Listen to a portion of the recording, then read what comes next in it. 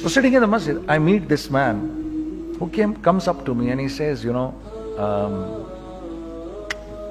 Bhai, what are you doing these days? I said, basically nothing. I'm just thinking of doing something. He says, how about if you and I think of something, let's just do something together.